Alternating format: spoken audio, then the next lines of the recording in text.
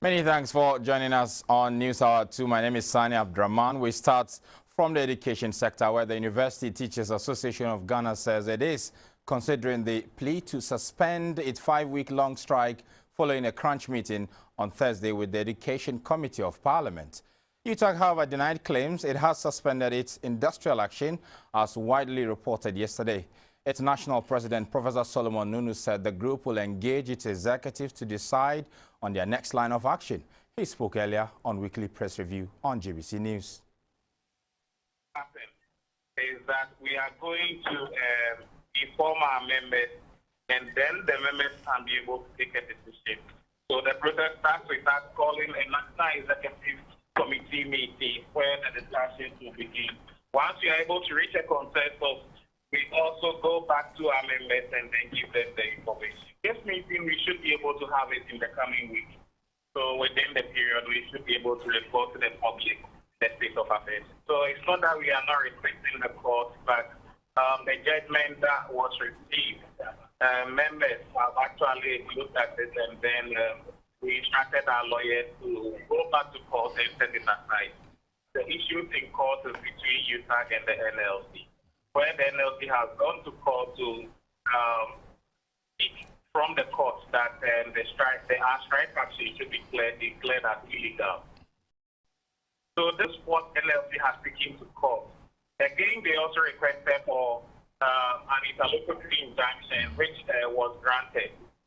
We waited for the orders of the court to be given out. Once we saw it, we noted that the basis upon which the order was granted is problematic, and that's the reason why we have asked our lawyers to go back to court and set it aside and request for a review of that.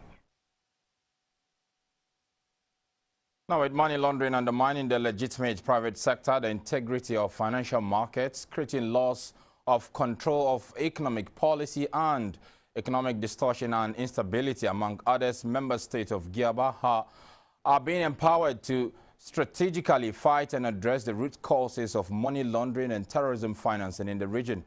This was disclosed by the Intergovernmental Action Group Against Money Laundering in West Africa at its 33rd Technical Commission plenary and its 24th Ministerial Committee meeting held in Accra. Oforu Adako has more. This year's Intergovernmental Action Group Against Money Laundering in West Africa, GIABA's plenary, was an assembly of experts, including representatives of member states, development partners and observers in the fight against money laundering and terrorist financing. Thanks to your self-sacrifice and your determination, you were able to implement the action plan mutually agreed with the Joint Africa Middle East Group, which earns you an early exit from the monitoring process.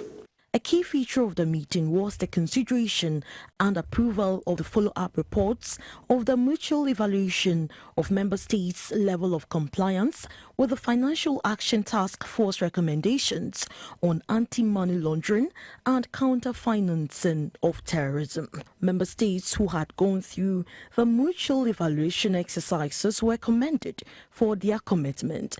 The Finance Minister, Mr. Ken Ofori-Atta, said that terrorism financing is gradually becoming a cause of concern within the African region, hence the need for member states to institute operational measures to help facilitate the mandate of GIABA. So when you begin to get signals of more grey listing, it emboldens the old dysfunctional system to put us into these very compromised positions as a region, and that's why it's important for us to move quickly.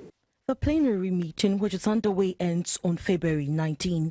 It is one of GIABA's statutory meetings, which forms an integral part of efforts to ensure member states' compliance with anti-money laundering standards and foster regional peace, security, prosperity and integration in the ECOWAS region. For GBC News, Oforu Adako. Let's turn our attention to the ravages of COVID-19 on the economy, because monthly earnings of the informal sector workers declined between mid-year 2020 and 2021. Within the same period, food insecurity also increased. These are the findings contained in a report by the Women in Informal Employment on the impact of COVID-19 crisis on the informal economy. At the launch of the report in Accra, patrons in the informal sector requested to be recognized and included in decision-making and policy formulation.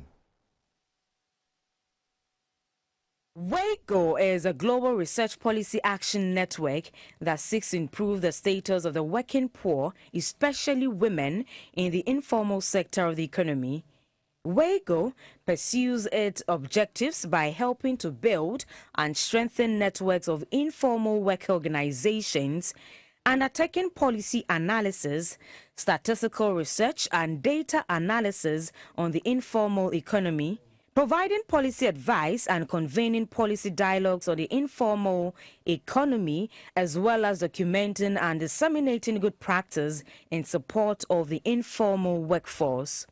WAGO embarked on a 12-city study, Accra inclusive, at the peak of the COVID-19 crisis in April 2020, looking at 3 separate moments to find out the health and economic impact on informal workers over time. The report of the first round was launched in April 2021, which also ushered in the second round of the study. The second round focused on the continuing impact of the pandemic and interventions targeted at recovery within the informal sector. The report looked at earnings of informal workers, food security during the pandemic, health and safety, as well as household care and livelihoods. Key findings in the report suggest that informal workers have not recovered from the COVID-19 pandemic, and less than 5% of informal workers had access to government food during the pandemic. The Greater Accra Markets Association, Informal Hawkers and Vendors Association of Ghana, Kaya Youth Association, and the Kpongwe Speakers Association were among persons interviewed during the study. A research fellow at the University of Cape Coast and WAGO consultant, Dr. Owusu Bwampon, examined the findings and proposed recommendations to government. Some Kaya had customers who come to buy the onion in bulk, so we carry it for them. Unfortunately, we cannot afford to transport ourselves to Kotoku. Neither do we have accommodation there, so we don't have access to our customers. So this is a Kaya who is making this statement that because of government's repressive policies, they've lost their customer base, and it's also affecting their incomes and livelihoods. The Secretary General of the Trade Union Congress, Dr. Anthony Ban, said there is a need for a dedicated ministry to handle the affairs of the informal sector. The report is expected to serve as a guide for government in policy formation and decision-making.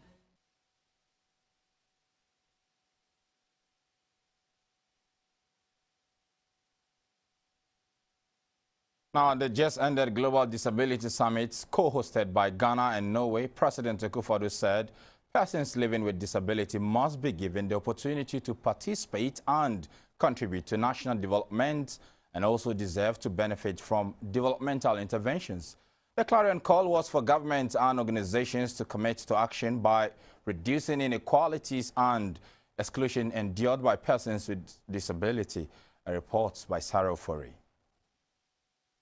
About 15% of the world's population are persons with disability.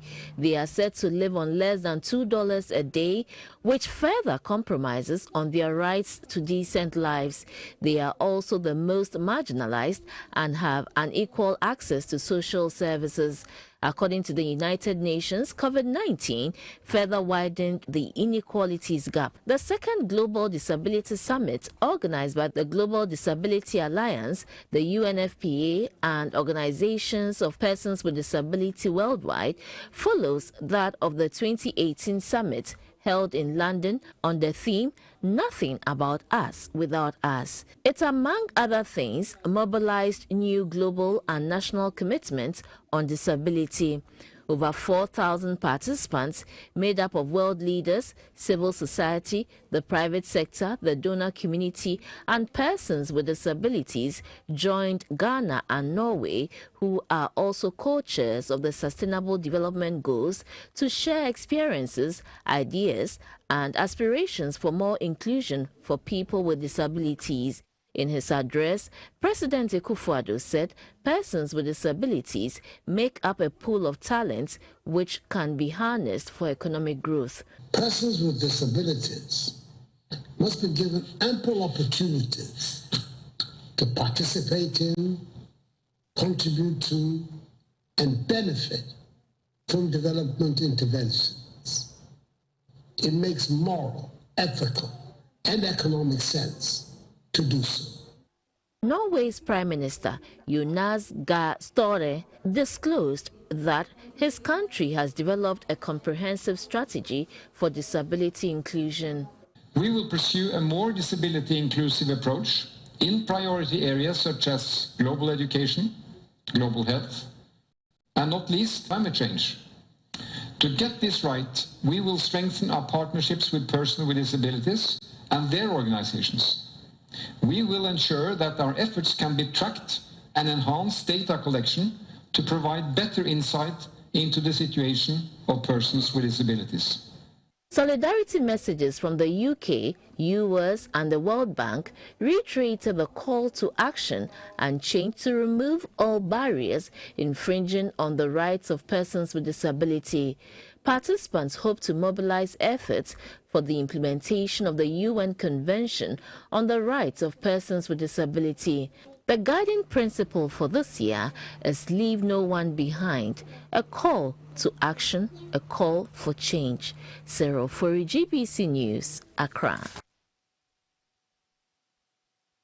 Now still on inclusion, as the world calls for a commitment to a change in attitude towards persons with disability, the Norwegian ambassador, Mason Grand Molested, says the onus lies with civil society organizations to further push for inclusion for persons with disability to enable them to benefit fully from government interventions.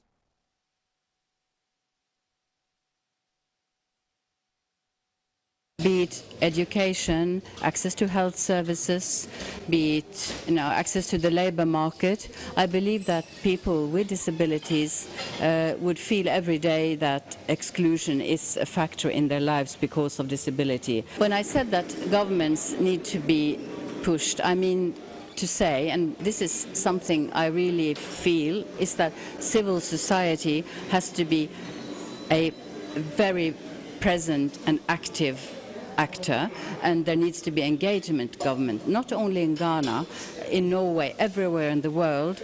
The voices need to be heard, and of course governments need to be inspired and motivated to concrete action.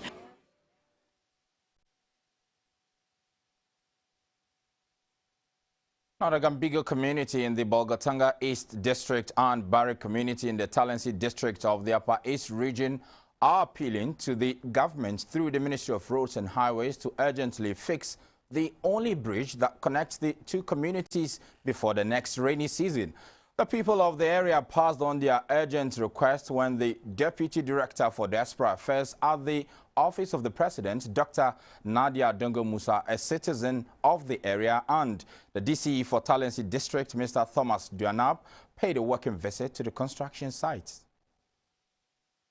Two communities in the Upper East region are predominantly farmers with a population of over 5,000. The about 6-kilometer Dambi-Bodbari stretch of road has been awarded to Araco Company Limited. Phase 1 of the project, which started on 4th November 2021, was completed in January 2022. The construction of the Phase 1 included 15 culverts comprising 0.9 diameter prime culverts and 1.2 diameter prime culverts. The second phase, which is yet to be awarded, includes the bridge that links Dangwibo and Bari communities, a base layer and primer seal. Residents in the two communities say the roads, which link major routes in some of the commercial centers of the area, are badly deteriorated, making it difficult to access basic social amenities, especially whenever it rains. They said the bad nature of the roads had not only deprived them of basic amenities, but also threatened their lives and properties. The Queen Mother of Bare, Madame Georgina Busamrege, and an opinion leader of Bare, Reverend Patrick Boazi, appealed to government to repair the deplorable road network in the area. What we have seen already is impressive, but I am waiting for the day where we'll come and we'll not have problem crossing over to the community senior high school. We'll not have problem having to take pregnant women or people who are critically ill from the health center to the regional hospital, where our women can just get a canoe or a motorcade to carry their farm produce from the farm to the Bulgar market for sale.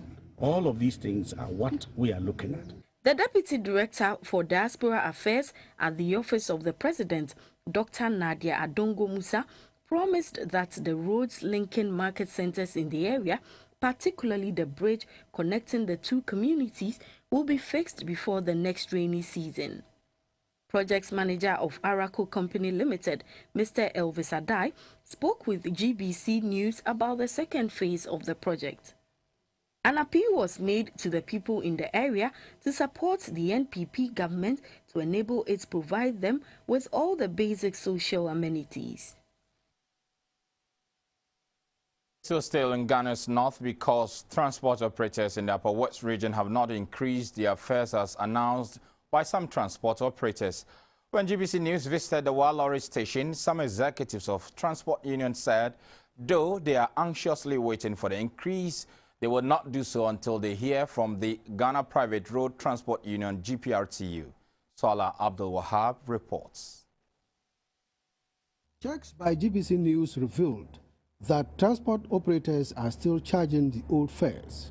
Officials of the Wahemele Station 3 said they are waiting for a directive from the regional officers of the Ghana Private Road Transport Union. No, we haven't increased yet. We get others from the regional secretariat. They haven't given. We are telling them any moment from now we'll be increasing the fares. Some drivers, however, told GBC News that the increase in transport fares has been long overdue. Fuel has been increased for several times, but we haven't increased. And for now, that's what we are all relying on for the fuel, the lorry fare increment. Because for now, we know that the fuel cannot be decreased unless we also do it. We also increase the lorry fare. I think that's what will help us.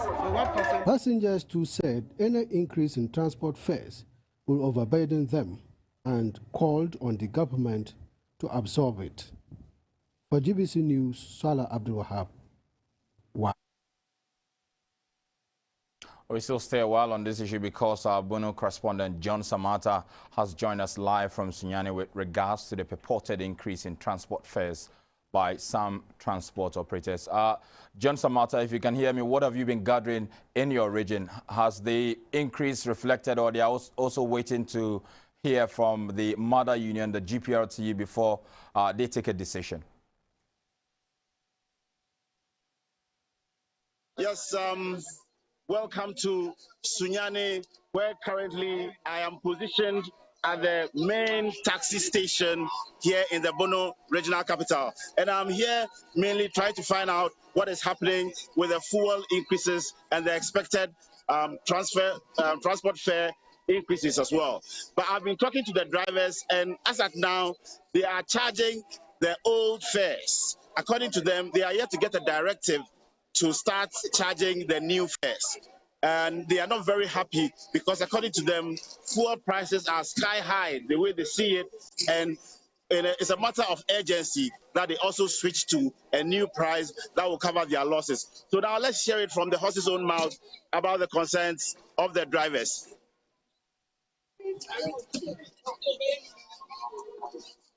Hello. Yes, sir. Are you cool? Yeah, great. It's a transport fare. Who wants some ABC? You know, Casa fares. Yes, sir. It's a Sisia Matisse mo charge old fares now. Yeah, too. What? Now, it is a hina oje. Yeah, budget 3 cities a free chine ko. Who ran here for? You run Fair Pri. Fair Pri Berlin top. Fair Berlin top. Did that any a hina moje? Yeah, 2 city 40 pesos. Okay. It is ya who person the cost. A person the cost 3 cities. But won't TV be film paying for? Davi. It was what China there. China there be say. Masa also sada. China there 3 cities. Nana yenya nsese kan den na wose munje new prices no. You can buy yam for say kakra. But I think China there yan TV dia. Ya dia pe beje. Omuto e beje. Se de obi atu koto ade a. Odi pe tumunu. Ya pe betum. Sa pepe. I see. Na it's a new price be say. Mo munya mo pe a. Nka 30% increase another day. 30% no kaya 3 chili 12 pesos. But yeah, the 12 pesos in the better passengers no. Na je 3 chili. Because time na petrol na 4 cedi.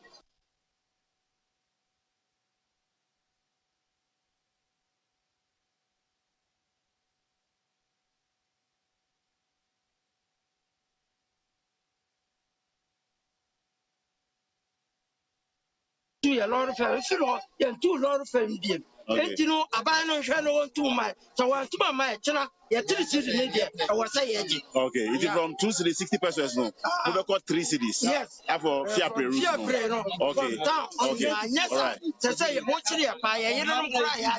Okay, yeah, you don't want to. I see. Yeah, it this situation also affects passengers. And so I'm going to talk to a few passengers to find out what they also think about the situation. Yes, boss. Boss, but you are live on GTV. Transport fares, almost here because who who say?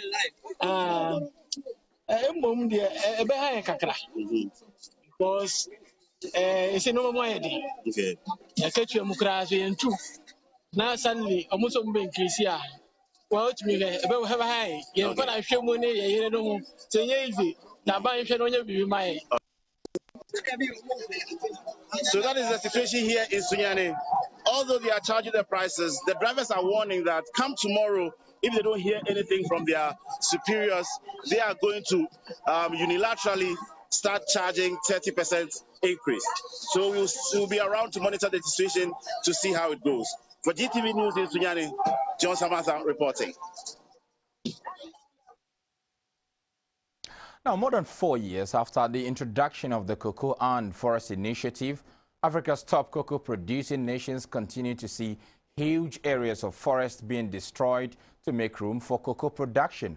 This is according to a new data analysis by Mighty Earth, a global advocacy organization tagged Sweet Nothings, how the chocolate industry has failed to honor promises to end deforestation in cocoa supply chains. The report reveals that even after the industry published action plans in 2019, Côte d'Ivoire lost 19,421 hectares of forest within cocoa-growing regions, and Ghana lost 39,497. A report by Oforiwa Dako. We realize that there isn't enough commitment from the chocolate companies to work towards stopping deforestation. And without the trees, the cocoa will not survive. And if you doubt that, look at where we are bringing a lot of cocoa from. It is from western region, parts of the eastern region, Ashanti region, where there are a lot of forests. Somebody called from Goso that he has about 40 trees in his cocoa farm, and that area has been given to a contractor who is going to remove the trees. And when he went there, an old man, 90-year-old man, and they had used red ink to write on the trees, meaning that they're going to fell those trees. So even the trees that are nurtured on cocoa farms, they cannot be guaranteed, their safety cannot be guaranteed. So by supplying seedlings, we are not saying climate smart agriculture or integrating agroforestry is bad. No, we are saying that whilst we are doing agroforestry, the report is saying, and from the findings, they are saying that also combine that with protection of the remaining forest resources. And you can do that by undertaking some of the steps and recommendations that this report has made. We go back to Ghana's north, where an optometrist at the Upper East Regional Hospital in Bogatanga, Dr. John Nyako, is cautioning residents in the region against using self-medication in their eye. At an eye screening exercise organized for over 1,000 residents, over 1,000 persons, residents in 7 communities in the Boku West district of the Upper West region, they were cautioned to stop attempting to self-medicate because it has dire consequences.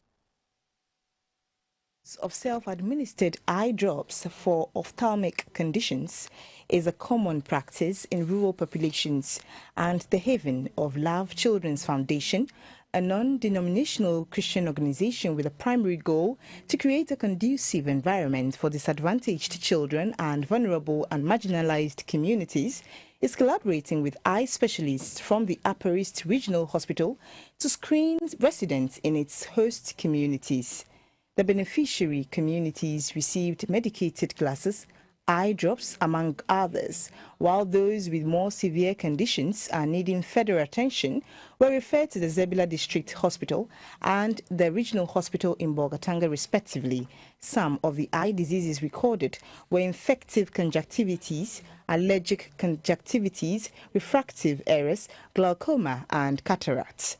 The Chief Executive of Haven of Love Children's Foundation, Mr. Samuel Nana Bekai, said most of the health facilities in the communities do not have specialized eye services, making the outreach program very important. An optometrist at the Upper East Regional Hospital in Bolgatanga, Dr. John Nyako, said most of the cases recorded are caused by dust and exposure to the sun. He encouraged those referred to the Zebula District Hospital and the Regional Hospital in Bolgatanga to urgently follow up on treatment from the specialists. A beneficiary of the screening exercise, Madan Hamidu Hamiratu, was grateful to the foundation and its partners for the service. The various speakers at the exercise charged persons with any form of eye deficiency to consult an optometrist or an ophthalmologist, since many eye problems need an ophthalmologist's knowledge, since they have years of clinical and surgical training.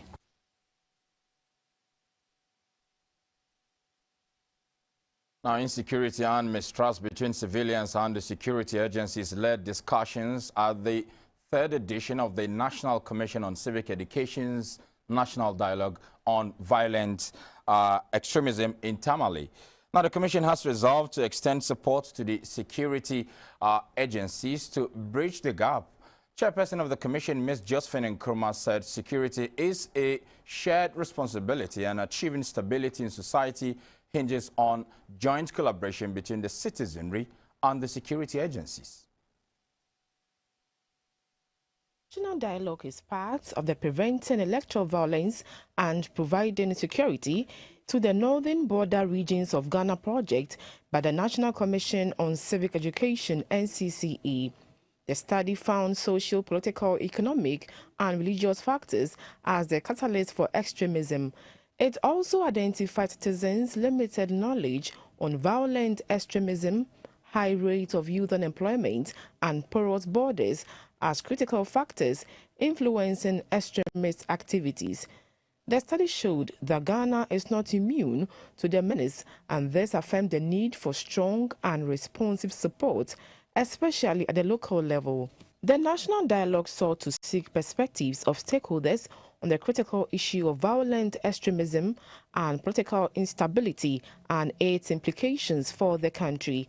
Chairperson of the National Commission on Civic Education, NCCE, Ms. Josephine Nkrumah, said the violent police-civilian clash at Lameshigu in Tamale made the dialogue extremely relevant.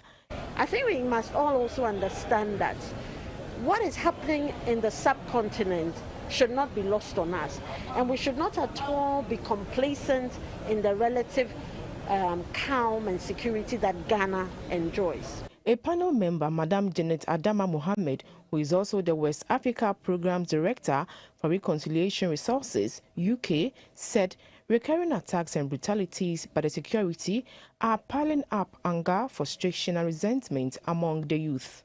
some of the security agencies do not have the capacity to handle crowds and violent crowds and so on. And so what happened is really, really unfortunate. Some of the participants shared their sentiments. The word Islam, it means peace.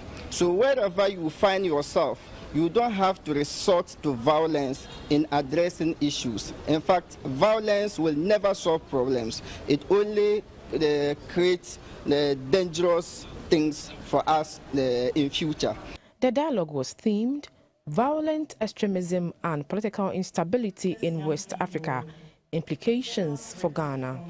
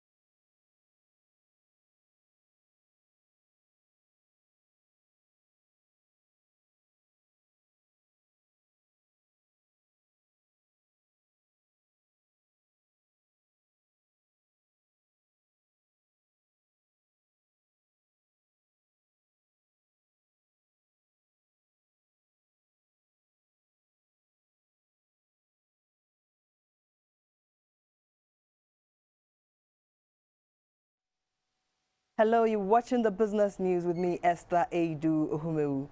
With just 49 days in 2022, the cedi has depreciated by 4.70% to the dollar. This trend, the president of the Ghana Union of Traders Association, Dr. Joseph Obeng, says can be addressed if government acquires at least 30% stake in multinational companies to check the annual repatriation of profits.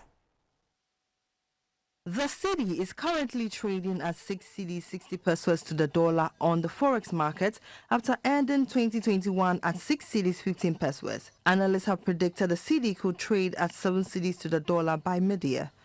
The current performance of the local currency ranks it the second worst performing currency in Africa, with the Zambian kwacha taking the last position. Analysts have attributed the cedi's problem to upside risk to the economy, including high debt and interest payments, inadequate revenue and rising expenditure. However, the president of the Ghana Union of Traders Association, Dr. Joseph Obeng, blames the repatriation of profits by multinational companies to the drop in value to the benchmark, which has become a perennial challenge in every first quarter of the year. I think we have to revisit our investment policy so that the juiciest part of the economy should be owned also by our very self. If even we cannot own it all, You see the shop, the Chinese malls and all that. Almost every Ghanaian is buying from them now. So when they are going for their holiday in early January, when they take their chunk of their resources, their monies, and they are repatriating them, it's a huge sum of money that is going and leaving the shores of Ghana. Dr. Joseph Obeng said the association, collaboration with other government institutions, such as the Ghana Export Promotional Authority, has initiated the Income In, Income Out policy. This initiative, when fully implemented, would require the importing community to also export goods needed in the sub-region and beyond in order to promote exports and rake in more foreign exchange. We are yet to sit down with the Ghana Export Promotion Authority to know how they can also give us information as to exportable products to the destinations that they require. We don't have all this information because we are not primarily exporters. Because we don't have any option than to help the government export more so that we can have the same for us to do our trading.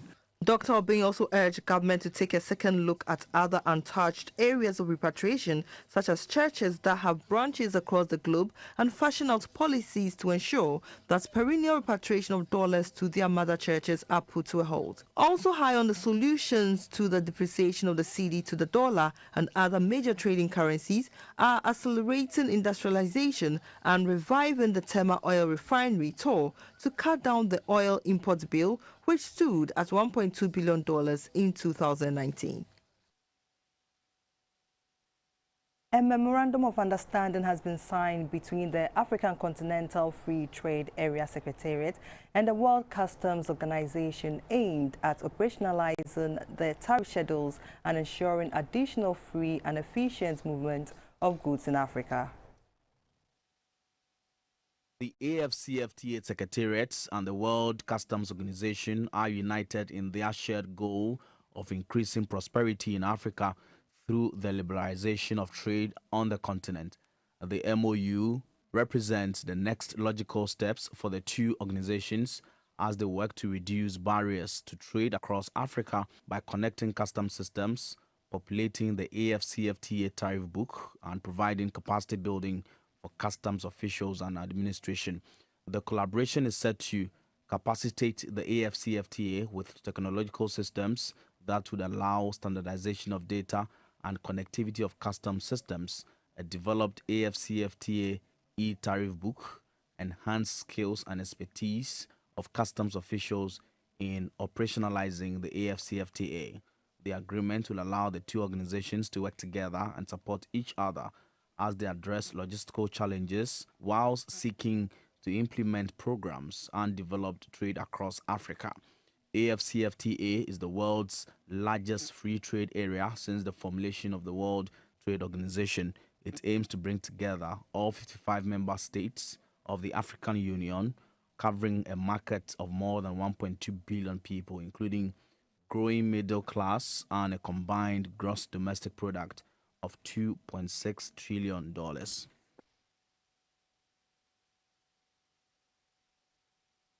The Ghana Revenue Authority has reiterated its commitment to achieve its 80.3 billion cedis target for 2022. At a forum in Ho, the Commissioner General of the GRA, Dr. Amishadai Owusu-Amwa, said the authority would leverage on digitization this year to widen its tax collection avenues. 2019, the Ghana Revenue Authority mobilized 57.32 billion Ghana cedis in revenue in the 2021 collection year as against 57.055 billion Ghana cedis revenue in 2020. This represents a growth rate of 26.3% and also the highest collection within the last 10 years. This feat, according to the authority, was as a result of the deployment of digital platforms for the filing of returns and payment of taxes, which enhance its capacity to mobilize revenue. Speaking at this year's management retreat in Ho, the Commissioner General of the GRA, Dr. Amishadai Owusu-Amwa, said the authority is optimistic of meeting this year's 80.3 billion Ghana cedis through the rollout of various models and innovative strategies using latest technologies in achieving its targets. We remind ourselves constantly of our 80 billion target. It is a massive leap, for about 40% growth. I am confident that we are capable of meeting this target. The Volta Regional Minister, Dr. Archibald Lecha, urged managers of the GRA to use vigorous means to enforce tax compliance in the country to widen the tax net. Efforts must be made to bring in taxpayers that are outside the tax net and also ensure that those already in the net are declaring and paying the correct taxes. A Deputy Minister for Finance, Madam Abina Osei-Asare, called on staff of the GRA to be committed and exhibit professionalism in their work in achieving the 80.3 billion cedis target. We must also embrace government's ongoing digitalization drive to streamline our tax administration. Most importantly, we must build the capacity of our officers to engage multinational companies. We must also improve the quality of our data analysis for informed decision-making. The paramount chief of Benue in the whole municipality of the Volta region, Togbi Kotoku, urged the GRA to constantly sensitize the public on the importance of paying taxes. This year's GRA management retreat was themed Achieving the 2022 Revenue Target, My Role as a Manager. Participants included all management staff of the GRA from various sectors across the country. Let's see how the Forex and Commodity Boards fared for today.